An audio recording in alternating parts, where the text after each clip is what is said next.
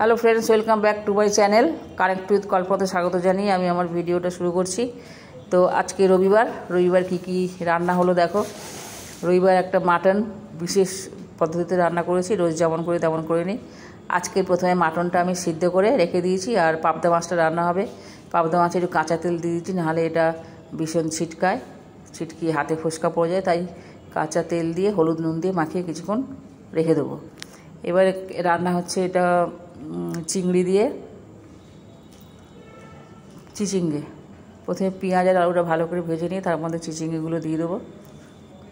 আর এদিকে লঙ্কা ফোড়ন দিয়ে এদিকে একটা নতুন জিনিস রান্না হবে, যেটা হচ্ছে যুক্তি ফুল বা জুতি ফুল। এটা একটু খেতে তিতো, কিন্তু এটা খেতে খুবই ভালো লাগে।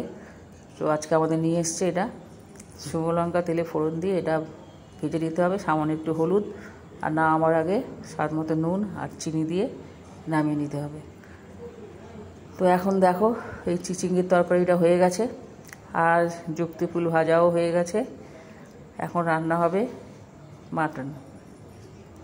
প্রথমে আলুগুলো ভেজে নিয়েছি, আর আগেই বলেছি যে মাটনটা সিদ্ধ করে রেখে দিয়েছিলাম, ম্যারিনেট করে নিই। তো কড়াতে গরম মশলা, পেঁয়াজ, তেজপাতা দিয়ে ভালো করে নেড়ে নিয়েছি, আর একটুখানি চিনি দিয়েছিলাম যাতে ভালো রঙ হয়।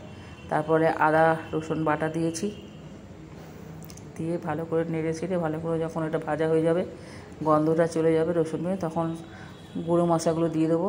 ধনে গুঁড়ো, লঙ্কা গুঁড়ো আর হলুদ গুঁড়ো। আমি কোনো কাশ্মীরি লঙ্কার ব্যবহার করিনি। আর তারপরে সিদ্ধ করা মাটনগুলো দিয়ে দেবো। সিদ্ধ করা মাটনগুলো দিয়ে ভালো করে কষে নিয়ে তারপরে জল দিয়ে সেটাকে প্রেসার কুকারে দিয়ে দেবো। দিয়ে প্রেসার কুকারে আগেই সিদ্ধ করা ছিল, সেই জন্যে 2টো সিটি হলে নামিয়ে নেবো। তো দেখো এটা এখন কষা হচ্ছে। এরপরে এটা সামান্য জল দিয়ে কষাচ্ছি, যাতে মশলাটা পুড়ে না যায়। আর স্বাদ মতো নুন দিয়ে দিতে হবে। আমি পরে কিন্তু কোনো গরম মশলা দিইনি। এবারে এটা সিটি দিয়ে নামিয়ে নিয়েছি। দেখো দেখতে এরকম হয়েছে। এটা দুভাগে ভাগ করে নিয়েছি। ভিডিওটা ভালো লাগলে লাইক, শেয়ার, কমেন্ট এবং সাবস্ক্রাইব করে দিও।